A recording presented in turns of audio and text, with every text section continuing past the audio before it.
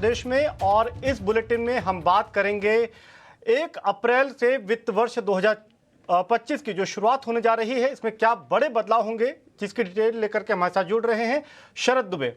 इसके साथ ही साथ रेलवे में क्या रहेगा पहले 100 दिन में सरकार का एजेंडा, यानी कि एक्शन प्लान क्या रहेगा, और इसके साथ में रेलवे ने जो जोर शोर से तैयारियां शुरू कर दी हैं, क्या रहेंगी वो तैयारियां। रेल मंत्रालय ने भी इस पर डिटेल्ड एक प्लान तैयार किया है। शुरुआत करेंगे मार्केट के लिंक से, और मार्केट में आपको बताते हैं कि 1 अप्रैल से वित्त वर्ष 2025 की जो शुरुआत होगी उसमें बड़े बदलाव क्या होने जा रहे हैं, जिसकी डिटेल हमारे साथ लेकर के जुड़ रहे हैं शरद दुबे। जी शरद, बताएं। जी बिल्कुल, 1 अप्रैल से महत्वपूर्ण चेंजेस आने वाले हैं जो आप ज़रूर नोट करेंगे। सबसे पहले जो है ऑफकोर्स जो टैक्स रेजिम है इनकम टैक्स की, अगर आप जो है ऑप्ट नहीं करते पुराने टैक्सेशन रेजिम की, तब ऑटोमेटिकली जो है आप नए टैक्स रेजिम में आ जाएंगे। ऑफकोर्स यहाँ पे डिफरेंट स्लैब रेट्स में रहेगा, डिडक्शंस में रहेगा, तो ये एक इम्पॉर्टेंट डेवलपमेंट आया है। इसके अलावा नौकरी बदलने पे जो पीएफ होती है, प्रोविडेंट फंड, यहाँ पे आप अपने प्रीवियस एम्प्लॉयर के पास आपको जाने का ज़रूरत नहीं पड़ेगा। एक ऑटोमेटिक ट्रांसफ़र जो है आपको एम्प्लॉयर टू एम्प्लॉयर देखने मिलेगा। तो ये एक टाइप से आप कह सकते हैं ईज़ ऑफ कन्वीनियंस देखने मिल सकता है जब आप जॉब चेंज करते हैं और आपकी पीएफ फंड जो होती है वो ट्रांसफ़र होती हैं। इसके अलावा इंपॉर्टेंटली एनएससी भी फोकस में रहेगा। कैश और डेरिवेटिव सेगमेंट, इन दोनों ही सेगमेंट में जो है अपनी ट्रांजैक्शन चार्जेस को 1% की जो है कटौती करने वाले हैं। तो इसमें जो है ऑफ कोर्स एक टाइप से बेनिफिट मिलेगा एज अ रिटेल ट्रेडर को, और पार्टिसिपेशन भी बढ़ेगी वित्त साल 2025 के लिए। IRDA के हिसाब से इम्पॉर्टेंटली देखा जाए तो सरेंडर वैल्यू के नियमों में जो है बदलाव देखने मिला है, थोड़ी सी रिलैक्सेशंस आई है, और एक टाइप से बेनिफिट भी लिस्टेड कंपनीज़ को मिला है। NPS जो नेशनल पेंशन स्कीम होती है, इनके लिए आधार बेस्ड लॉगिन की ऑथेंटिकेशन जो है वो अनिवार्य हो गई है, यानी कि 2 फैक्टर ऑथेंटिकेशन होता है, उस पर फोकस रहेगा।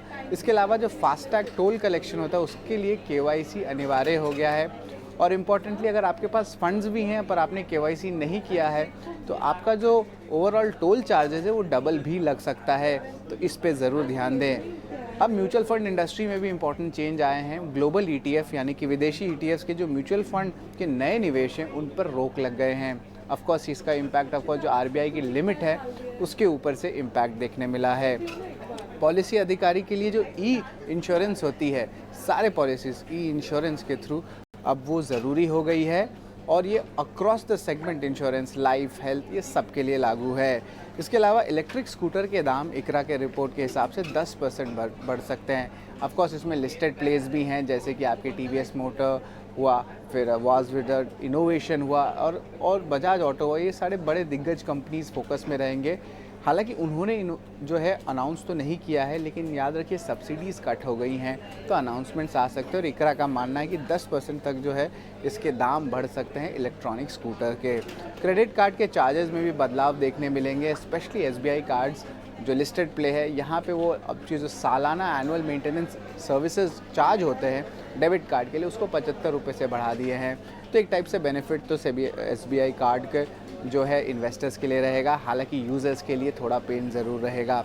टाटा मोटर्स भी कमर्शियल व्हीकल्स, कमर्शियल वाहनों के जो दाम हैं वो लगभग 2% से बढ़ाने वाले हैं। तो यहाँ पे जो है थोड़ी प्राइस इंक्रीज़ भी सर्टन ऑटो सेगमेंट्स में देखने मिल रही है। और इम्पॉर्टेंटली जो है टोल कलेक्शंस में भी जो है थोड़ी सी इम्प्रूवमेंट देखने मिल सकती है, क्योंकि धीरे धीरे करके एक्सप्रेसवेज भी अनाउंस कर रहे हैं अपनी टोल कलेक्शन की हाइक चार्जेस को लेके। तो ये जो है अहम अप्रैल 1 से जो चेंजेस है जो आपके रडार में होना चाहिए, इस पे ज़रूर ध्यान दें। धन्यवाद शरद। और अब रुख करते हैं मार्केट की एक और बड़ी खबर का। इस पूरे हफ्ते कैसा रहा बाजार का हाल, ये बताने के लिए हमारे साथ जुड़ रही हैं अशेषा। जी हाँ, केवल 3 ट्रेडिंग सेशंस थे इस हफ्ते में, लेकिन भारतीय बाजारों का प्रदर्शन काफ़ी अच्छा रहा। निफ्टी 50 इंडेक्स की बात करें तो 1% से ज़्यादा के गेन के साथ क्लोज होता हुआ नजर आया।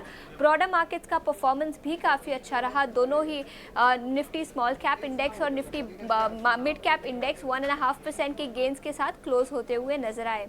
इसके अलावा टॉप गेनर्स और लूजर्स की बात करते हैं तो सबसे पहले Bajaj finance, Adani ports, L&T top gainers थे। निफ्टी 50 इंडेक्स में तीनों ही काउंटर्स में 4 से 7% के गेन्स रजिस्टर हुए इस वीक के लिए। लूजिंग साइड पे बात करें तो बहुत सारी आईटी कंपनीज थी जो इस वीक में फेवर में नहीं थी। टाटा कंज्यूमर टॉप लूजर था निफ्टी 50 इंडेक्स में। इसके अलावा Wipro, LTI, Mindtree, TCS, Infosys सभी स्टॉक्स इस हफ्ते लोअर साइड पे थे। इसके अलावा निफ्टी रियल एस्टेट इंडेक्स में काफ़ी मजबूती दिखाई दी। निफ्टी रियल एस्टेट इंडेक्स सबसे बड़ा सेक्टोरल गेनर था इस हफ्ते, 3% के गेन्स के साथ क्लोज होता हुआ नजर आया।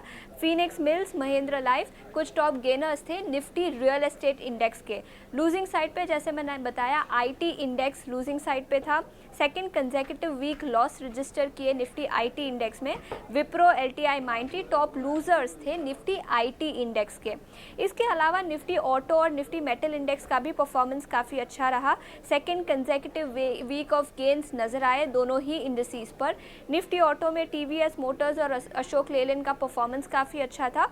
और निफ्टी मेटल इंडेक्स की बात करें तो हिंदुस्तान कॉपर और सेल टॉप गेनर्स थे निफ्टी मेटल इंडेक्स पे। ऑल इन ऑल वीक काफ़ी अच्छा रहा। ब्रॉडर मार्केट्स का परफॉर्मेंस भी काफ़ी अच्छा दिखाई दिया। धन्यवाद आशीषा। और अब रुख रेलवे की खबर का करेंगे। मोदी सरकार 3.0 में रेलवे 100 दिन के एजेंडे पर जोर शोर से काम कर रही है। तैयारियां शुरू कर दी गई हैं। रेल मंत्रालय ने पैसेंजर और मालगाड़ी की जो संख्या है इसको बढ़ाने पर बड़े लक्ष्य अपने लिए तय किए हैं। रेलवे मंत्रालय की योजना है कि पहले 100 दिन जो है उसमें ना सिर्फ पैसेंजर सेगमेंट में वंदे भारत ट्रेनों की संख्या बढ़ाई जाए, बल्कि जो फ्रेट ट्रेन यानी कि मालगाड़ियां हैं उनकी स्पीड और पंक्चुअलिटी में भी सुधार लाया जाए। आपको बता दें कि जो शुरुआत के 100 दिन रहे हैं उसमें सूत्र ये बता रहे हैं कि वंदे भारत ट्रेन के स्लीपर वर्जन का, sleeper based Vande Bharat train इसको पटरी पर दौड़ा जाएगा, हरी झंडी दिखाई जाएगी। और सिर्फ एक नहीं बल्कि 2 ऐसे sleeper based Vande Bharat train की सौगात जनता को दी जा सकती है। पहले 100 दिन में ये सिर्फ sleeper based Vande Bharat train ही नहीं बल्कि जो chair car Vande Bharat train है इसकी भी बड़ी संख्या में इसको पटरियों पर दौड़ाया जा सकता है। सूत्र ये बता रहे हैं कि 2 दर्जन से ज्यादा sleeper based Vande Bharat train की सौगात लोगों को दी जा सकती है।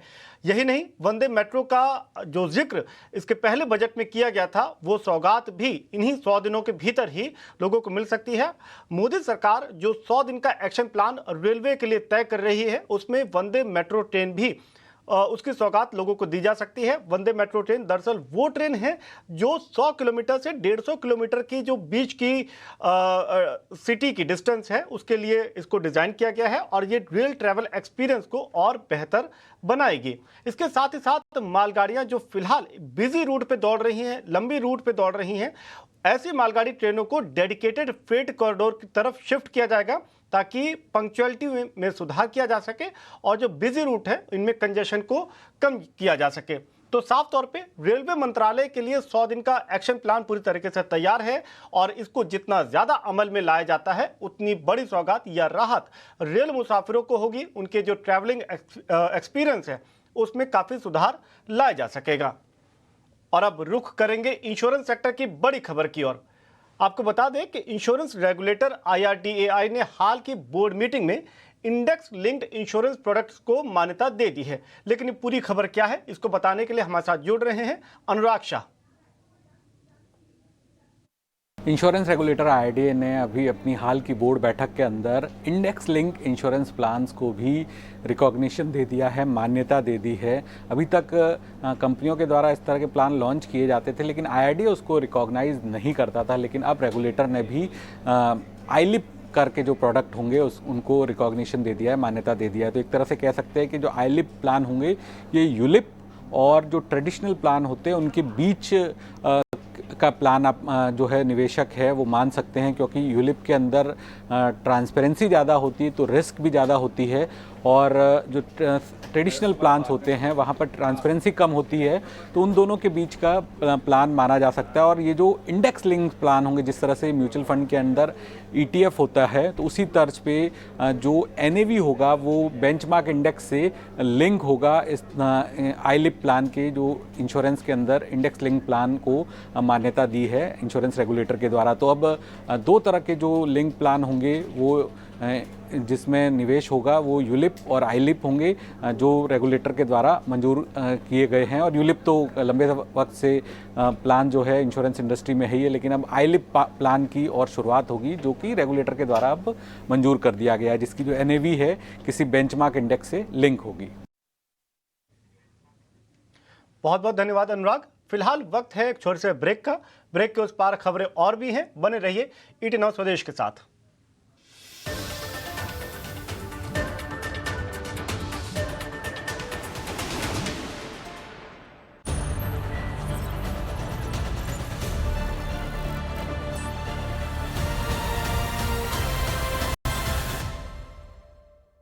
मैं हूं खुश, बताऊंगा शेयर्स ऐसे जो करेंगे आपको खुश। जानिए मेरे साथ कड़क शेयर्स रोज ET Now स्वदेश पर।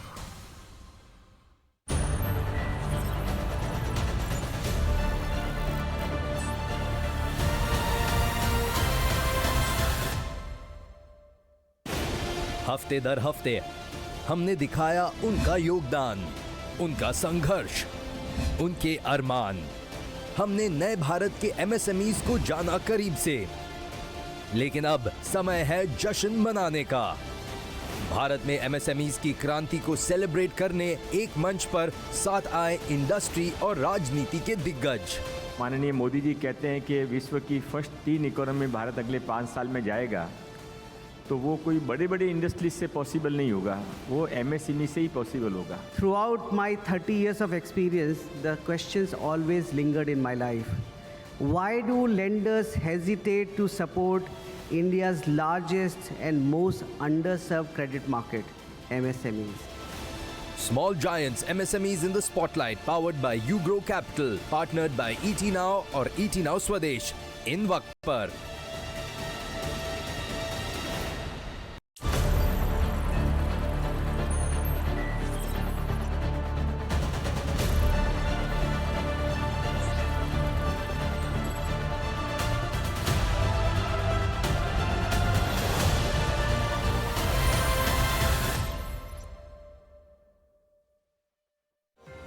Powered by Pernod Ricard India, driven by Maruti Suzuki, co-powered by Dream Sports, make sports better. Knowledge partner Amrita Vishwa Vidyapeetham, come become.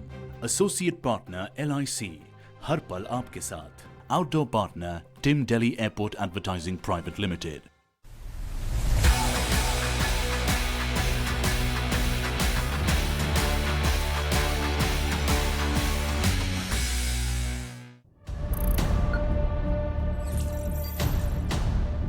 I'm very happy to announce the successful accomplishment of the TVD1 mission for the Gaganyaan program.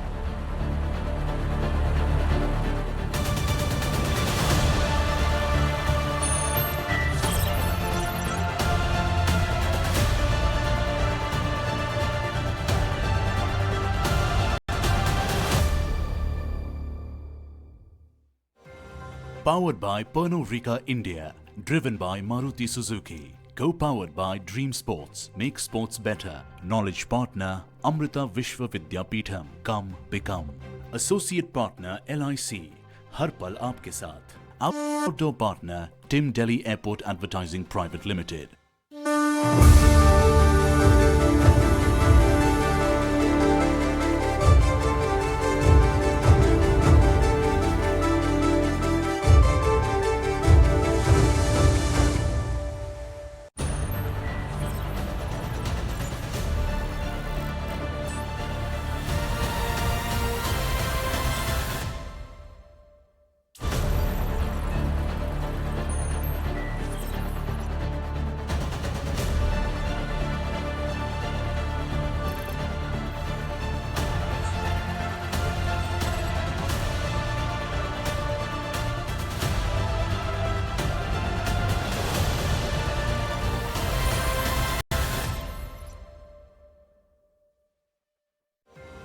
Powered by Pernod Ricard India, driven by Maruti Suzuki, co-powered by Dream Sports, make sports better. Knowledge partner Amrita Vishwa Vidyapeetham, come become.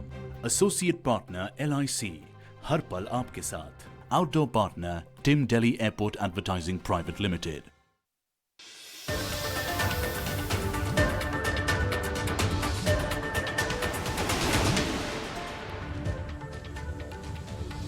Aviation regulator DGCA ने नए पायलटों के थकान संबंधी नियमों को लागू करने पर रोक लगा दी है। ये नियम 1 जून से लागू होने थे। इस पर और ज्यादा जानकारी देने के लिए चलते हैं हमारे संवाददाता सुमित चतुर्वेदी के पास। जी सुमित, बताएं क्या है पूरी खबर। भारतीय एविएशन रेगुलेटर डीजीसीए ने पायलट रेस्ट नॉर्म्स जो एफडीटीएल नॉर्म्स थे पहले, उनको जून 1 से आगे बढ़ा दिया है। जून 1 उनकी पहले समय सीमा थी, पर उसको आगे बढ़ा दिया गया है। एयरलाइंस इसके खिलाफ थी। एयरलाइंस एफआईए के अंडर कह रही थी कि ये नहीं होना चाहिए, इससे उनका 15 से 20% खर्चा बढ़ जाएगा और लगभग 8 महीने उन्हें पायलट्स हायर करने में और लगेंगे, इसलिए वो उसके खिलाफ थी। जबकि पायलट्स कह रहे थे कि ये नॉर्म्स पायलट्स की रेस्ट के लिए ज़रूरी है और सेफ्टी के लिए ज़रूरी है। पर अभी डीजीसीए ने इसको और टाल दिया है। कब तक टाला है ये साफ नहीं है। कुल मिलाकर बात करें पायलट रेस्ट नॉर्म्स की, तो वो काफ़ी चर्चा में थे, क्योंकि कई बार पायलट्स ने खुद कहा है कि उन्हें पूरा प्रॉपर रेस्ट नहीं मिल पाता। इस वजह से सेफ्टी एक बहुत बड़ा चर्चा का विषय बन गया था। पर अभी क्योंकि ये इन्होंने टाल दिया है जून 1 के बाद तक, तो लगता है एयरलाइंस को कुछ देर के लिए रिलीफ मिल गई है। और डीजीसीए जैसे पहले कह रहे थे सिर्फ ये डरा रही हैं एयरलाइंस, ये लगता है कि डीजीसीए अब कुछ और समय के लिए उनकी बात मान चुके हैं।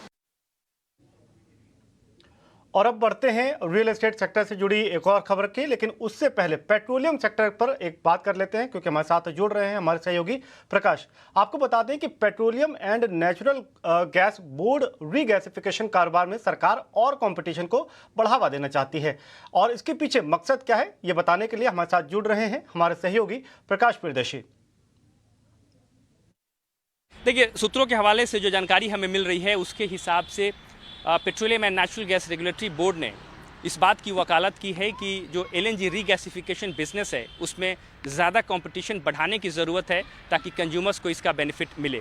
सूत्र हमें बता रहे हैं कि इसको ध्यान में रखते हुए पीएनजीआरबी ने कुछ सिफारिशें तैयार की है, जिसके ज़रिए इस बात की वकालत की गई है कि जो मौजूदा नियम है, जो रेगुलेटरी नॉर्म्स है, उसमें बदलाव करने की ज़रूरत है, और जो एलएनजी रीगैसिफिकेशन इंफ्रास्ट्रक्चर है उसको नए तरीके से डेवलप करने और उसको रेगुलेट करने की ज़रूरत है। सूत्र हमें बता रहे हैं कि इसके ज़रिए पीएनजीआरबी ने यह वकालत की है कि जो नए प्लेयर्स हैं उनको रीगैसिफिकेशन बिजनेस में ज़्यादा से ज़्यादा पार्टिसिपेशन दिलाने में मदद मिल पाएगी, और पेट्रोनेट एलएनजी की जो मोनोपली है उसको भी ख़त्म करने में मदद मिलेगी, ताकि कंज्यूमर्स को ज़्यादा बेनिफिट मिले। सूत्र हमें बता रहे हैं कि जो सिफारिशें की गई हैं उसमें कई इंपॉर्टेंट पॉइंट्स जिसको शामिल किया गया है। साथ ही साथ पीएनजीआरबी ने पेट्रोनेट एलएनजी लिमिटेड को एक चिट्ठी लिखी है, जिसमें उसके फाइनेंशियल परफॉर्मेंस से रिलेटेड जो डिटेल्स है वो मांगे गए हैं।